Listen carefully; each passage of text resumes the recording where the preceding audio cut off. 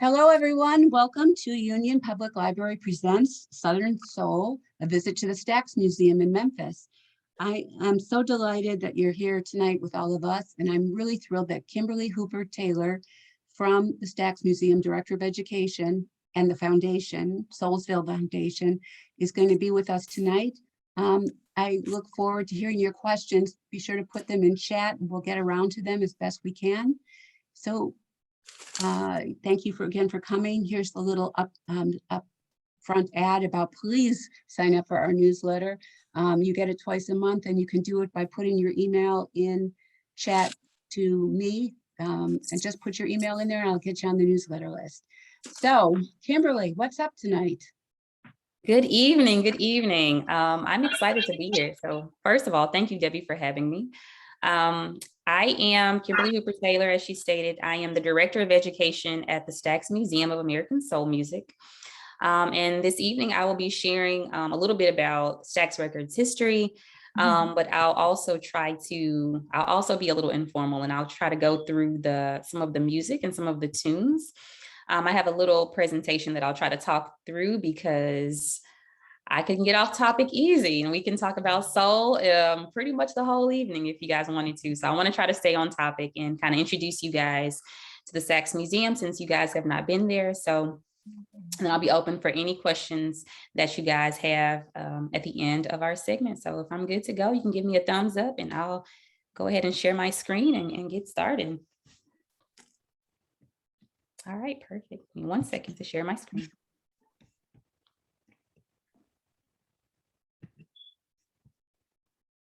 All right, can everybody see my screen? Yep. All right, perfect.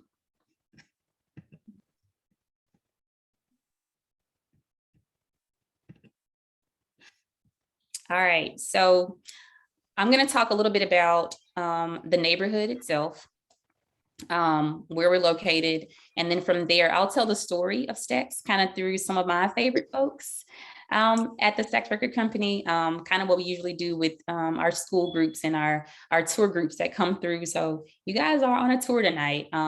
Debbie at some point will share a link so that we can kind of take a tour of the museum together. And then from there, if you still have questions, we can answer those questions as well. But I am going to go ahead and share the story of Stax Records with you guys through the people. I'll skip some of the events and then we'll get into some of the songs. So a little bit about kind of where we are, the neighborhood itself. We are located at 926 East McLemore Avenue. We have always been there. What you're looking at here is the original building. The original building of where we're located was originally a one-room movie house. It was the Capitol Theater. This photo here would have been taken around 1949 or so. I'll tell you a bit about the founders of Stax, but we are located in Soulsville in South Memphis. South Memphis, we're called Soulsville today. A lot of the young people that got their start here at Stax started because they attended some of the churches in the community, but also Stax is near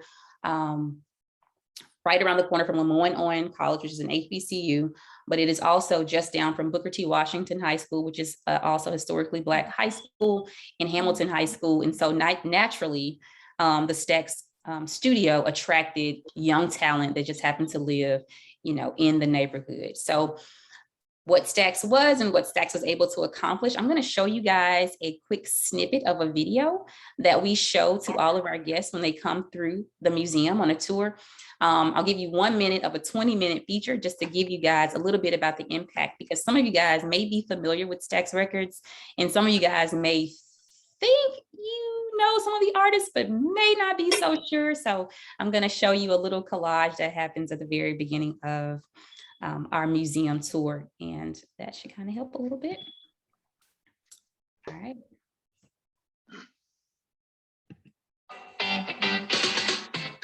Sitting in the morning sun, I'll be sitting when the evening comes. I think having you is wrong. What you see, I better not. The big stuff. Stax out of Memphis, Tennessee. Well, wait, we're gonna gonna get the drummer. We might have a record. All on the outside. Wait till midnight. This is it, man. It was feeling good. Doing the funky chicken. Stay in on the mic now, Steve. Why you hot? Why you hot? Why you hot? Take 12. Come on, baby. Come on, honey. Come on, child. Let's do the dance. Let's do the dance. Yes. What a man, what a man, what a man, what a mighty good man. Just a walking bird. I'm a soul man.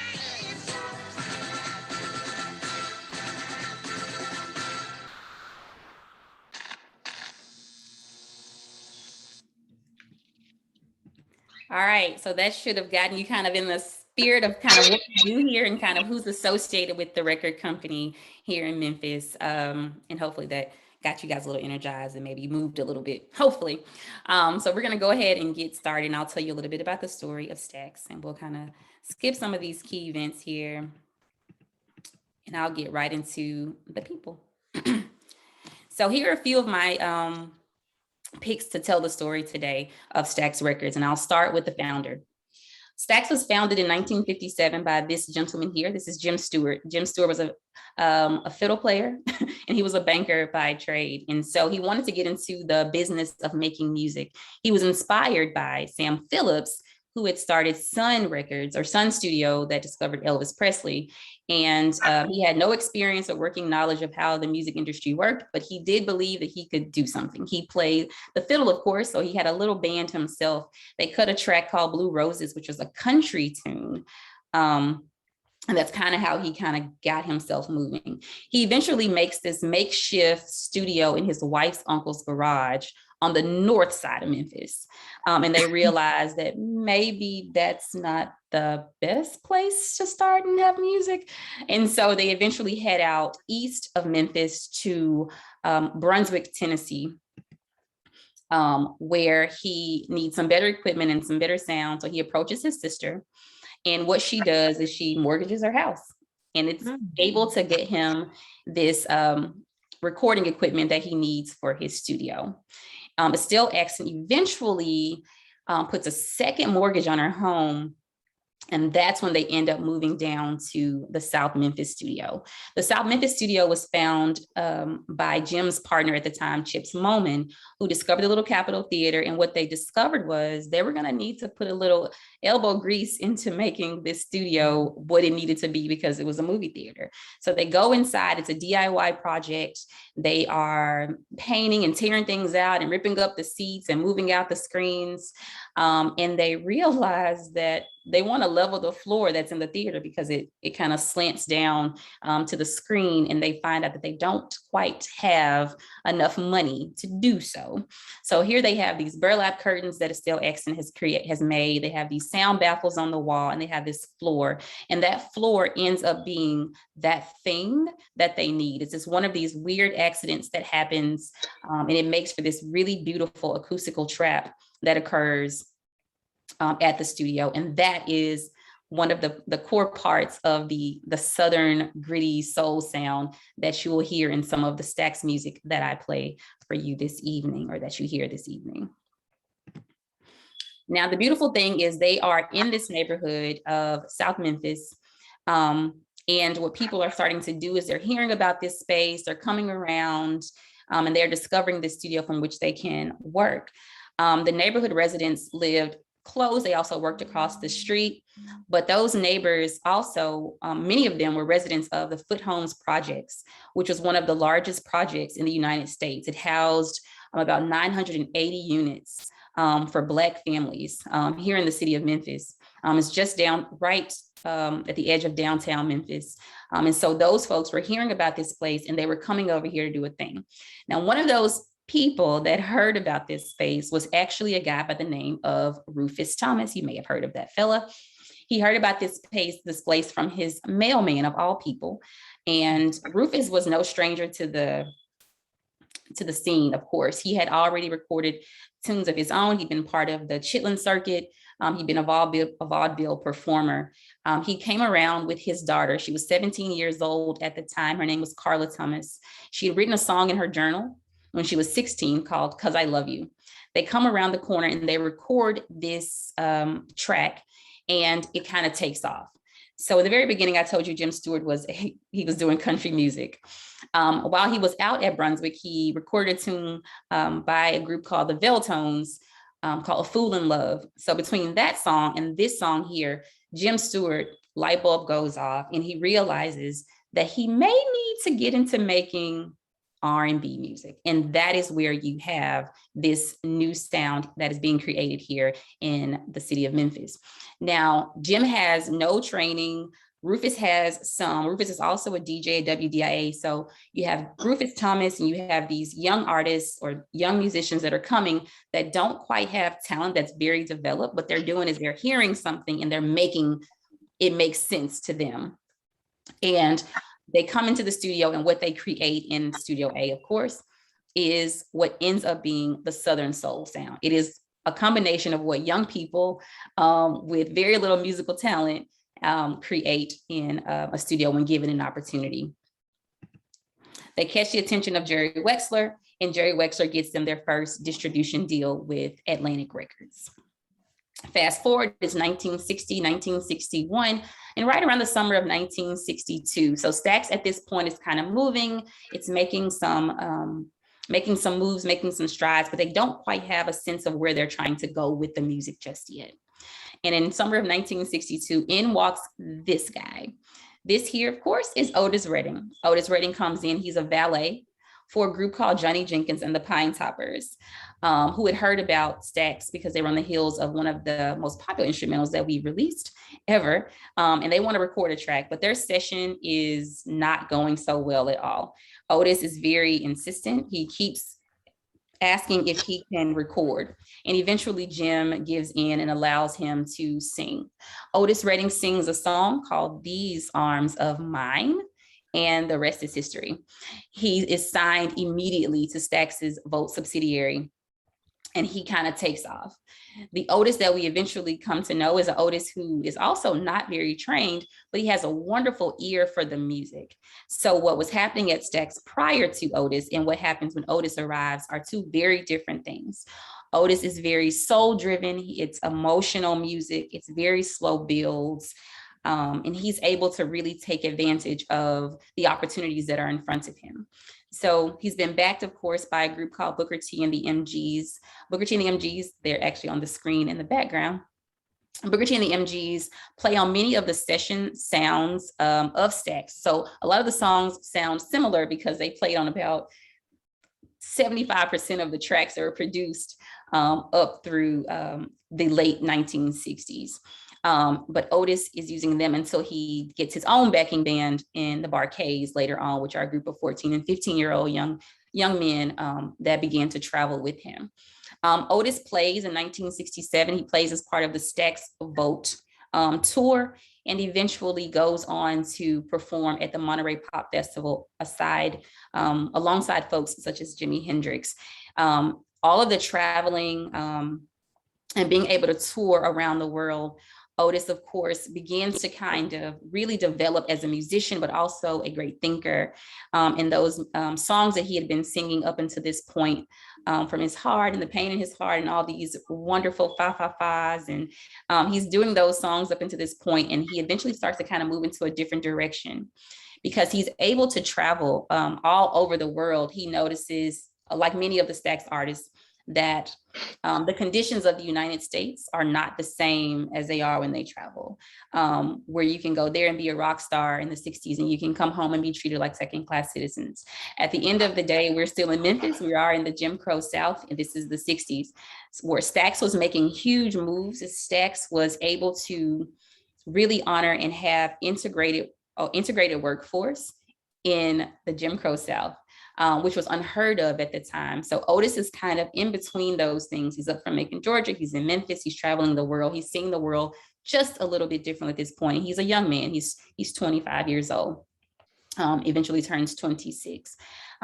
Otis Reading heads off for a weekend tour to Madison, Wisconsin. He's already done 2 shows, Cleveland, Ohio, and Nashville, Tennessee. he heads off to Madison, and of course, when they're getting the okay to land, he has engine failure in his private plane, which careens out of the sky and it kills him. Oh, wow. And all of the members of his band, except for one member who was able to use his seat as a flotation device, and that was Ben Cauley. Ben Cauley was the only surviving member of the plane crash. He died in 2015. And the other member who is alive today wasn't on the plane, but he's still here today. That's James Alexander, who continues to keep the legacy of the Bar-Kays alive through to present. I'll talk about that too. So Stax, just like that, loses its biggest star up until this point. Not only that, once that happens, Jim Stewart understands this new direction that Stax wants to go. Stax Records is different now. They have stars and they have a sense of self. And they want to get out of that distribution deal that they signed with Atlantic Distribution way back when. Now, in signing with that particular deal, what they find out is if they ever want out of it, Atlantic actually owns all of their masters that they have of all the songs that have been created up until this point.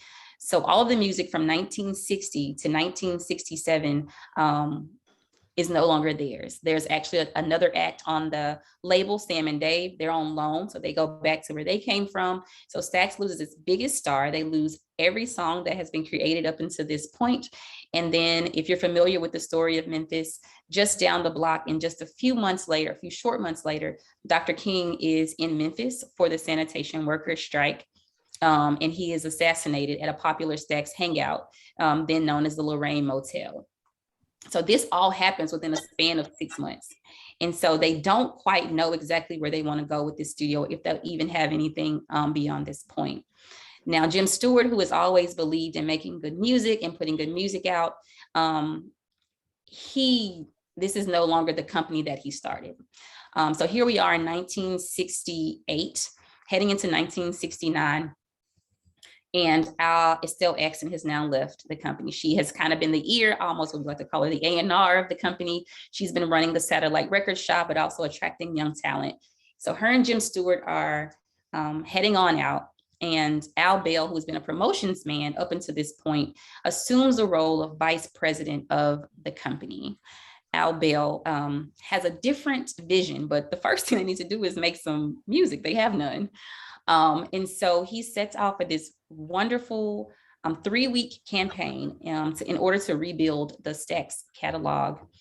And they put out his goal. They put out 30 singles and 27 albums, and they do so in a weekend. It's a weekend campaign. And what he does is anybody who was around the studio at that point, they're able to make music.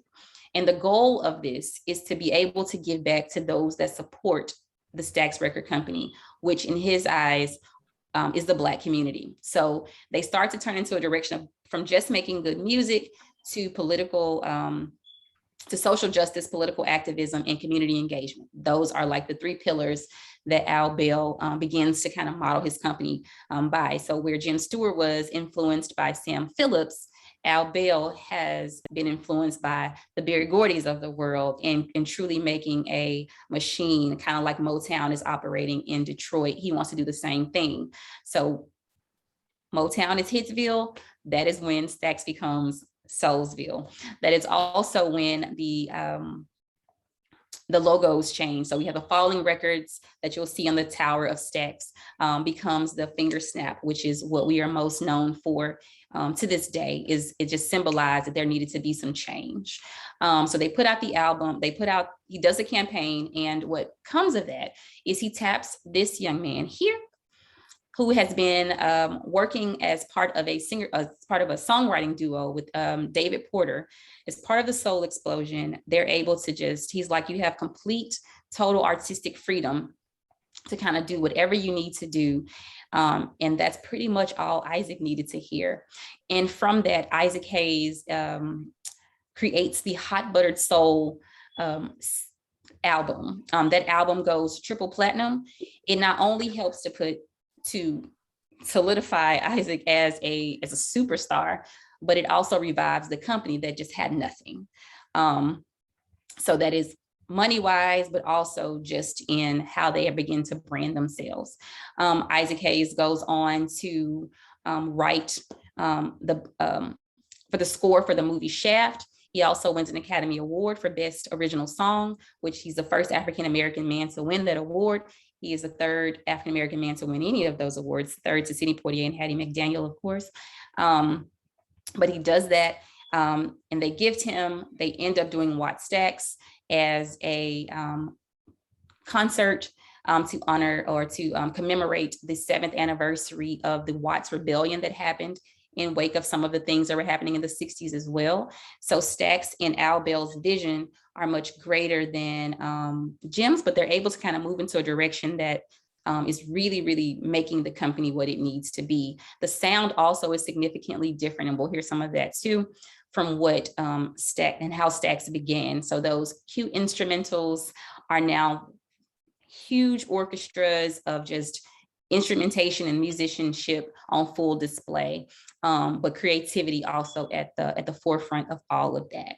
So that is Isaac, and that is from Jim to Isaac. And then this is 1972, so around 1974, well, at the end of 1972, Stax goes from being an independent label to using distribution again, where they enter into a distribution deal with CBS Distribution. And then that doesn't go so well when Clive Davis leaves the company. And at that point, Stax cannot get his music distributed to any of the larger companies. And it pretty much chokes Stax from the outside, and Stax cannot make money, can't pay its employees. And by 1975, Stax is forced into involuntary bankruptcy. There are a lot of stories there. We probably can talk for a very long time, but basically Stax is forced into involuntary bankruptcy in 1975. So Stax, in its existence from 1957 to 1975, cranks out all the hits, over 900 singles, actually 15 number ones, and over 300 albums in those 15 years. And that is just a snippet through some of the people that helped to make that happen. And that is just a small fraction of the number of people that came through this company. So what we'll do is kind of take a little trip through the music quickly. I hope I can get this done and you guys can hear me okay. But I want to start here a little bit and kind of how the sound kind of progresses so that you have an understanding of just the different visions between Jim Stewart, but also Al Bell, and then some of the artists that came through the Stax company. So I will start here. This here is a song. You may have heard it. Oh, man. All right, that song there is the song that got Jerry Wexler's attention. So just if you listen to some of the instruments in that song, you will hear the marquees. They got their distribution deal with Atlantic, and they reached number 3 on the billboards with that particular song. And that is how Stax kind of got its footing. Another popular hit that we play often, this is probably one of the most recognizable hits of Stax. This is Rufus and his daughter. When they come around, they sing.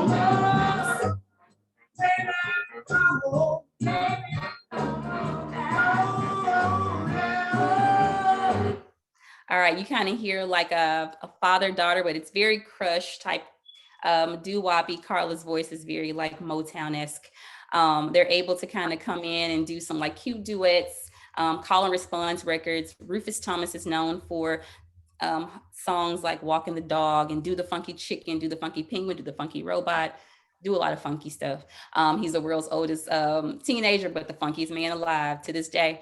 And so the songs kind of go into this instrumental, but also these really cool duets and call and response tunes. And then from there, you have Otis Reading showing up after he hears this tune.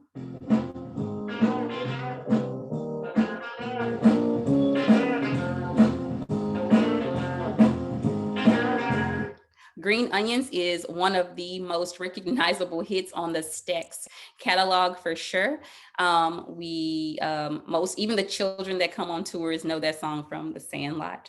So they also will recognize how these songs have kind of spanned generations. But Otis Reading gets his start with this particular tune.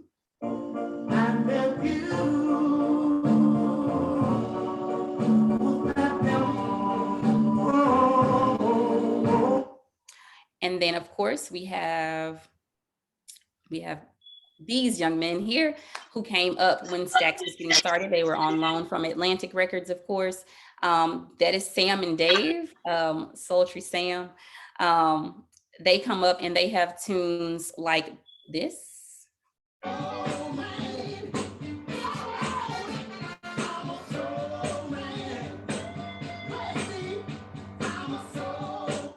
And Soul Man is really significant because it speaks to the time. This is when the artists of the Stax roster started to really, really think about the era in which they lived. This song was done in response to the Watts rebellion that happened in 1965, where the store owners were putting soul on their door, or soul brother on their door.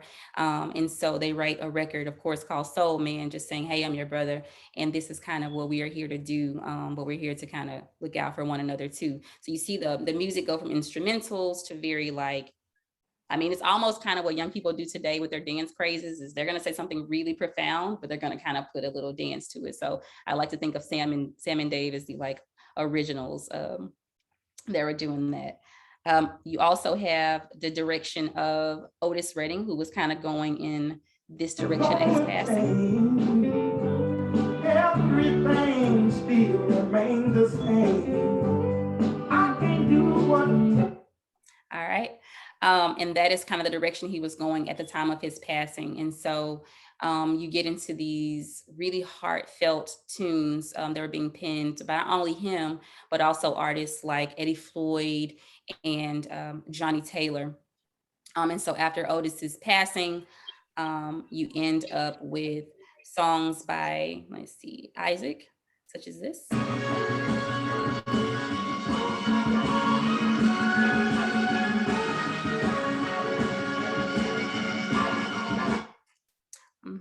And this. Yeah, right.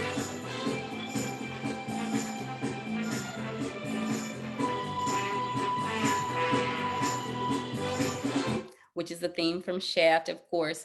And one of the best claims, or one of the best groups to Al Bill's under his leadership, he's able to acquire the staple singers who are able to kind of come and help Stax kind of move into the message music, but also really doing really profound things for the community. And so, if you know them, then you'll hear these tunes too.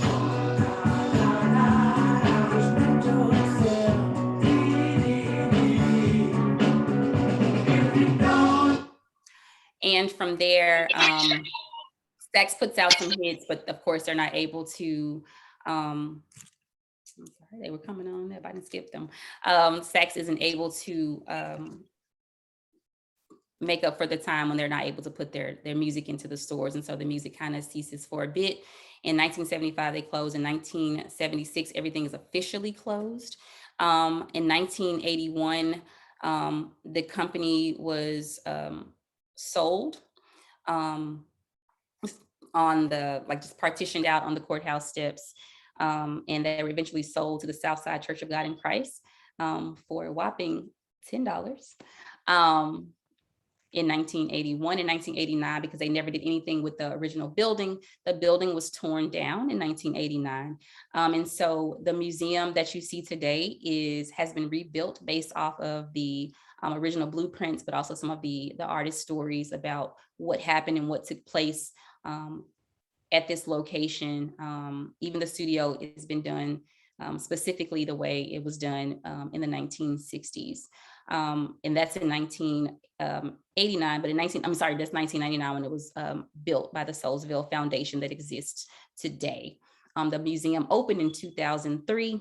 And we have been operating as a museum ever since. We have a Stax Music Academy that is doing the Soul Kids documentary right now in Paris that displays their story, opened in 2002. And we have a Soulsville charter school behind us that educates students in grades 6 through 12. And that is the Stax Records and Stax Museum story in a nutshell. Thank you, Kimberly. First, does anyone have any questions that they wanted to ask Kimberly? Actually, I have one, Deb. Go ahead, Johnny.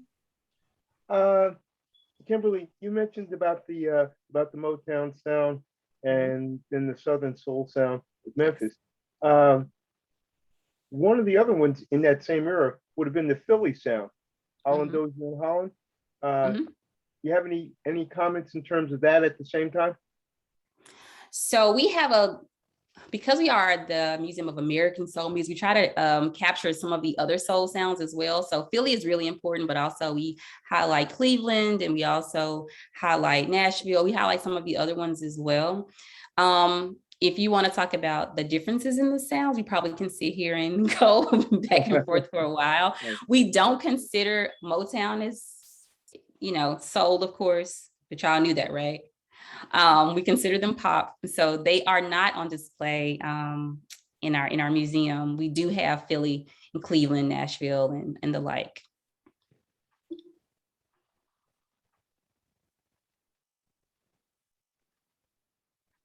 Any other questions?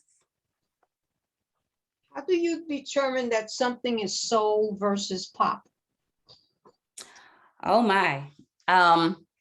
So when we consider soul, we talk about so I'll do soul and R&B first, because this question comes up a lot, especially with our school groups.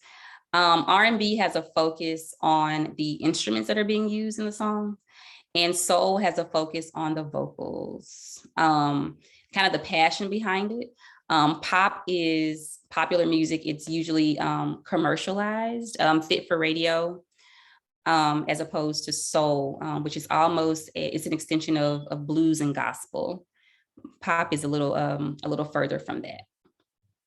So how would you classify a song like I'm the Duke of Earl? The Duke of Earl. I would have to hear it. Oh, I can't sing. Oh. Famous song back in I my thought you were gonna do a solo for me. The Duke of Earl. I don't know. I'm not good at singing, so I can't help. I'll get back to you. I'll send it to you. Okay. I think, Kimberly, what brought you to the museum? Asks Barbara Lamort. Well, hello. I am attracted to the neighborhood. We have a really unique campus. I was trying to kind of explain it, where we have a music academy next door and a charter school. I am an elementary school teacher by trade. And so I'm attracted to that, and I'm able to kind of bridge some of these intergenerational gaps, which is really fun for me. We are, as my boss sometimes says, maybe a dying genre. So it's really hard to sometimes make the connections when you love it so much. I am a student I was born in the 80s. So a lot of my music comes from the 80s. So this was also my way of truly understanding, because I had to learn it and then send it back out, because I am a learner too, forever a student. And I'm able to kind of teach other students about why this genre of music is so significant, but also why they should care. And that's what makes the job fun. So I wonder if you could talk a little bit about the fact that the Stax was integrated from the very beginning. Yes. So Jim Stewart just had a vision of just making good music. And that's just what it was. It was an open door policy. That's what they coined it. Where if you could make music, you could come inside. And so you would have a lot of the teenagers in the building. They for sure moved into the neighborhood because the South Memphis area where we're located was predominantly white. Around the late 1940s, eventually, so we talk about white flight a bit, but eventually it began to diversify right around the time he was coming. So this is just roughly 10 years later. So it hasn't quite become African-American, like fully African-American like it is today. But that level of diversity allowed for them to kind of open the doors, but also allowed this crazy amount of talent to just kind of pour in from just the community. So it was always integrated because a lot of them played in some of the neighboring studios as well, because High Records were Willie Mitchell, Al Green, and Peoples. It's literally down a block from us. And so a lot of these musicians were becoming session musicians, but playing on multiple songs in different studios too. So it was occurring all throughout the neighborhood, not just the Stax. Yeah, and the staff was integrated as well, right? The technical people and Everybody, yes. from the very beginning. Steve, from the very, very beginning. Well, from the beginning of them moving to Soulsville. Before then, they were just, it was just Jim and his sister trying to figure it out. But once they got down to South Memphis, definitely integrated from the very start. I went to Memphis a long time ago, and I know that I concentrated on certain places, and one of them, of course, was Beale Street. How far are you from there? We are a little less than 10 minutes away from Beale Street. So the Civil Rights Museum is probably walking distance. You would definitely need a car to get from here to Beale Street, but a lot of cross action between us and tourists that visit Beale Street, Civil Rights Museum, Graceland. It's a little different. So Victoria has a question. Victoria, did you want to ask your question? Sure. Can you hear me? Yes. Okay, good. So I was wondering, can you talk about any current soul artists that might have been a part of Stax if Stax endured? Whew. I can actually. William Bell is part of the Stax roster. If you're familiar, please look him up. I think he just won an award. Carla Thomas is still around too. A lot of our artists have passed away. A lot of them were able to, a lot of them made it through when Stax closed and were able to do some different things. Johnny Taylor in particular, he's credited with one of the first platinum singles with his song Disco Lady. And that was after the Stax era. Even Estelle was able to come back and do some music too. But to this day, a lot of them are just, they've either passed on or a little older. Steve Cropper still tours. You can probably catch him somewhere playing his guitar for sure. But if you would have asked us maybe 10 years ago, a lot of them would have probably been still around and playing and sharing their talents. Not so much today. Marion, did you have a question? Marion? She put in chat that she has a question. Oh, well, meantime, we have GDJ. Do you want to ask your question or should I ask it? Can you hear me? Yes. Okay, if you don't mind. So I have a question. When I was growing up in the 50s and 60s, our radio stations played every possible kind of music at the same time. There was such a variety of music. And as time went on, radio stations became differentiated. And now we have a situation where we have channels on Sirius, for example. Do you see a change in the people that are coming to your museum based on generation and what they know? Absolutely. So when I think of just Memphis, we had WDIA, which is one of the oldest stations, this program for African Americans. And that's kind of how Rufus Thomas heard about it, but also how he played Jim Stewart's first hit. So this newer generation, what we see in the audiences that we attract, we have a lot of what we call hipsters.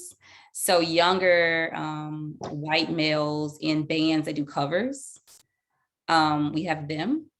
A lot of them come, they love our merchandise. So they come, we can tell. And then we have an older generation, mostly Europeans, who were around or visited or were a part of these concerts that are doing these, like, just they're traveling, well, prior to the pandemic. That's our biggest audience, older Europeans, and then younger hipsters. And that's probably because of their access to this music today, and not necessarily the covers and samples from the 1990s, which is how I would have heard of it. CDJ asks, did the original owners play a part in opening the museum? Also, why was the original building sold for such a low price? And then after that, we're going to have Emily. Okay. Let's see if I can remember all those. Okay, all that. I'll go Okay. back. So the original owners may have played a part. We have some anonymous donors to the foundation that we'll never know who they were. So maybe not the original owners, but for sure, a lot of the original artists and workers. Deanie Parker was the publicist at Stax in the 60s. She was also the first, the founding CEO and president of the Soulsville Foundation. She is still around to this day, making sure we stay in line for sure. And then as far as the price, it was an auction. It's the same as being sold to like a nonprofit. It's also very, as I say, these are my words, a very Memphis story. We don't always in this city acknowledge or embrace what's taking place around us. We have to learn and appreciate it in the future. And I don't think that Memphis knew what she had. And so they sold it for very low to a church because, and a lot of the artifacts, well, we call them artifacts now, a lot of the stuff that was part of the record company it's all over the world because it was sold and sent off. And to this day, we're still like recovering things and finding things. People are sending us things. So it's a very sad story, but it's a very Memphis story of just not understanding the value at the Stax Record Company. So we have another question, but I'm going to do a quick commercial really fast. Please sign up for our newsletter. She said, begging. In order to hear about programs, the best way to do it is to give me your email address and let me put you on our email newsletter list. That is absolutely the best way. And there's an unsubscribe, easy unsubscribe. If you're interested in getting the newsletter, just put your email in chat and you can do it directly to me, or you can write me and do that. And I just want to tell you what's coming up next week because it's the last programs of the year. Next week, we're doing oral histories, how to do oral history with your family and how to take great pictures on, I believe, Wednesday and Thursday. So oral history with your family and how to take great pictures. Now, Emily asks, how did or do individuals use Southern soul music for social justice and change in the past and right now? Is that typed? Can I read that again? Can you read that one more time? How did or do individuals use Southern soul music for social justice and change in the past and right now? Well, music has always been used for change. Lyrics speak to people. It's universal. Soul music is from the soul. The roots of it is gospel. So there's always some sort of good faith underlying in the themes for sure. One thing we do, we make playlists for good. We also, when we talk about the social justice aspect, we take our music and we fuse it, at least for young people. We connect it to our crafts. So we do this thing called craftivism, where we continue to talk about some of those messages. Some of those things transcend, like some of those things span generations. Some of the things that were being talked about in these songs, especially by the staple singers, if you listen to the lyrics, we're talking about those same things today. Even if you're talking about, I need an example. When will we be paid by the staple singers? That's the same conversation we're having today. And so you're able to really use these songs to kind of span the message, but also how we continue to do programming where we are and then continue to kind of connect those dots for younger people. Even if it's not just young people, when they're sitting in a room with their grandparents who grew up with these songs, they're able to have really thought-provoking conversations because of the music. It can help to just center it. And that's how we kind of use our Southern soul here. And there are songs that are anthems, right? Yes. Respect for sure. Respect for self for sure. There's a song called The Whole Damn World Is Going Crazy. I think that applies. So we have lyrics and more lyrics and songs. But a lot has changed and we are still needing much more to change. It's just kind of where we are as a society. Barbara asks, what, if any, connection is there with Nashville music?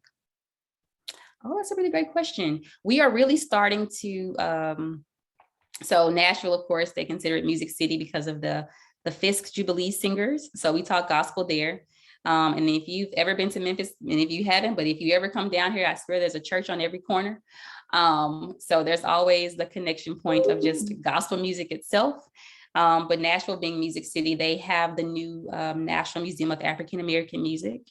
And we will begin to do some partnerships there.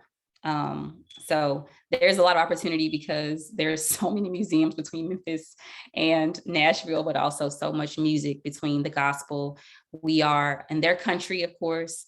We are, of course, the birthplace of rock and roll and the home of the blues and the birthplace of Southern soul as well. So there are opportunities that will always exist because of this, the I-40 corridor and the music that was created here and continues to be created here.